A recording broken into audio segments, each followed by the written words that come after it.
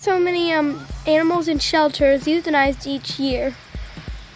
And what are different ways we can help animals or volunteer or donate for them in shelters? How do we stop so many animals that get killed? What is spay-neuter? Spay-neutering? I don't really know. I don't really know how to say it.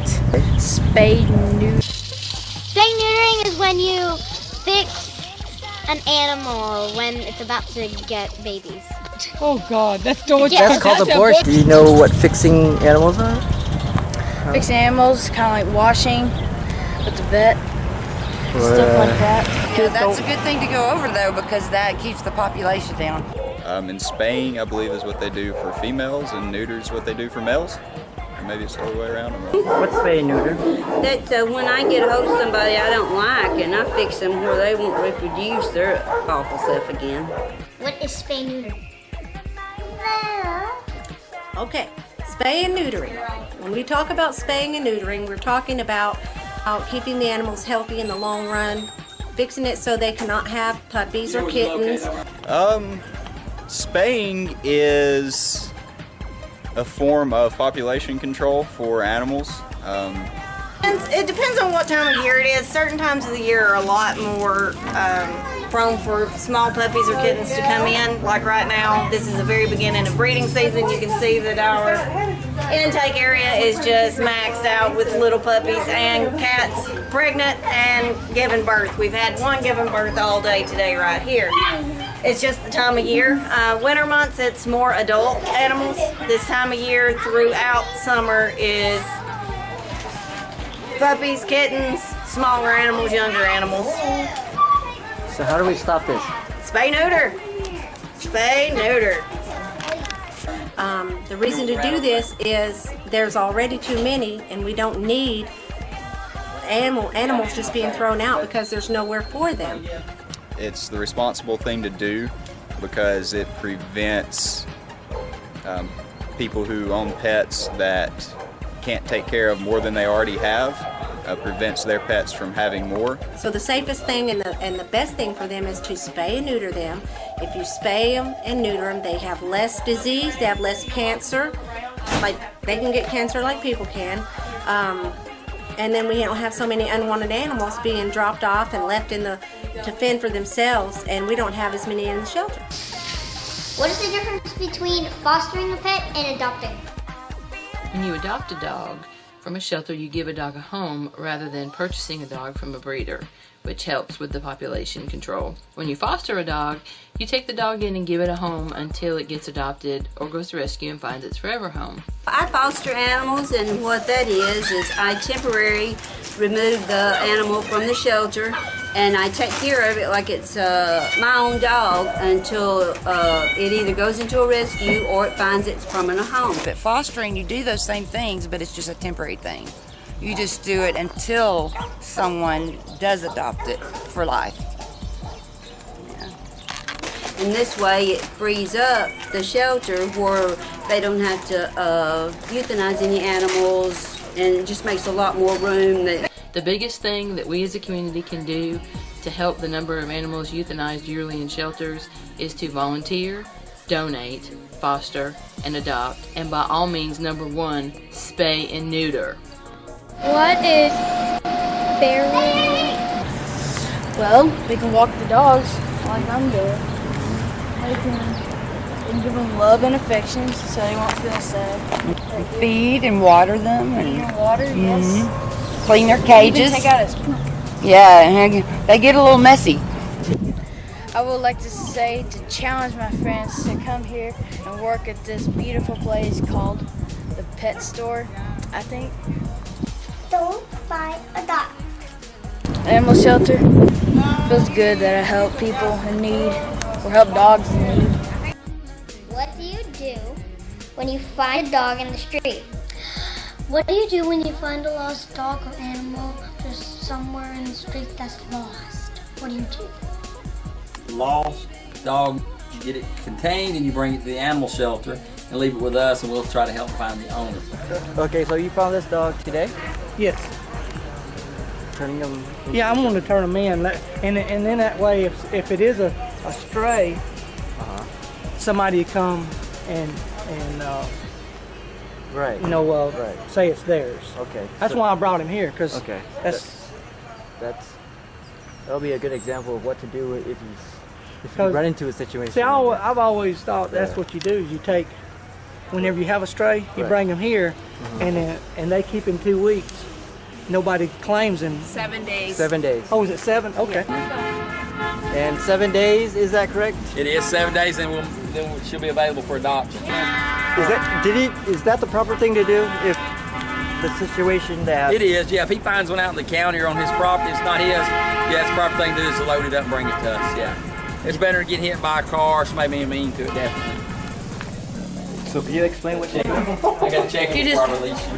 Do it up and down to see if it'll read if it is one instead of it saying not found.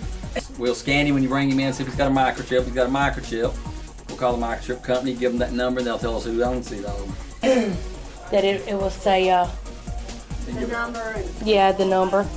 See, it says no chip found. We hold it on the property, and we place pictures of it on the Facebook, and we get them out through social media and try to find the owner. If not, we give them shots, we vaccinate them, and we adopt them. We can also track down pets owners by their rabies tags if they have them on. The rabies tag is linked to any vet that it's given. State law requires that a vet gives that vaccination. We can call, get the information, and then contact you and tell you you've lost your pet and where it is. That's exactly what happened today. We had 2 dogs come in that had current rabies, and within 1 hour, the owner was here to claim their animals. Female or? It's female. Someone should take it down to the humane shelter. If it belongs to somebody, then they can. Right. Yeah, they can claim it. Right. What about the other one you bring? I'm gonna go try to catch it. It's a small one. Okay. And I suspect that's what I'm supposed to do. Yeah, yes, sir. Yeah, if you can catch it, bring it to us. We'll take it. And we'll take them. Yeah. Do you need us to come survey your land out there? Survey. Yeah. Oh. What can we do to help the shelter for pets at the shelter? Name something that you can do to help shelter animals. There's several things that you can do to help the pets at the shelter. First of all, you can donate items like food or toys. You can go visit them and walk and play with them. Hi, I'm a volunteer at the Colbert Shelter. I come here and help walk dogs. I also take pictures and post them on Facebook and try to find homes or rescue groups to come get our animals out of the Colbert Shelter. That really would brighten their day. And then also you can encourage all of your friends to adopt. If anyone's looking for a pet, always encourage them to go to the animal shelter or a rescue. Don't buy from breeders. Adopt. Adopt. Don't buy, adopt. And make sure that the pets you get don't end up at a shelter. Be good owners. Thanks. We desperately need people to come every day to walk our dogs. It's getting really nice out, so please volunteer. Even if it's for 30 minutes, our dogs will appreciate you so much. You can also sponsor, which I do. It's $55, and that will pay for a spay or neuter of your choice of any cat or dog. That will reduce their adoption fee, which will make them more adoptable. So please come down to the Colbert Shelter. We need you. Thank you. If you want to help the local shelter in Tuscumbia, come out, donate items, food, anything you can think of all animals need. Come just walk them around. Be most appreciative. Thank you. What did you just do? I helped out so that they wouldn't bring 2 dogs. So you're helping with They didn't have the funds to pay, so we gave them a bag of food. She wanted to keep them, and she's going to come back and try to adopt them through us. And that makes a big difference. A big difference. You've seen I was full in here, and when anybody that I can get to keep them until we can get open space, it helps a whole lot. So the little things make a big difference. A big difference. Saves a lot of lives that way too. Rescue. That's a great one. Is when you rescue a dog and then you don't keep it forever, and then you Oh my God! Rescue's a place where we can send the dogs, where they've got a forever home, and they keep them until they find them a proper home.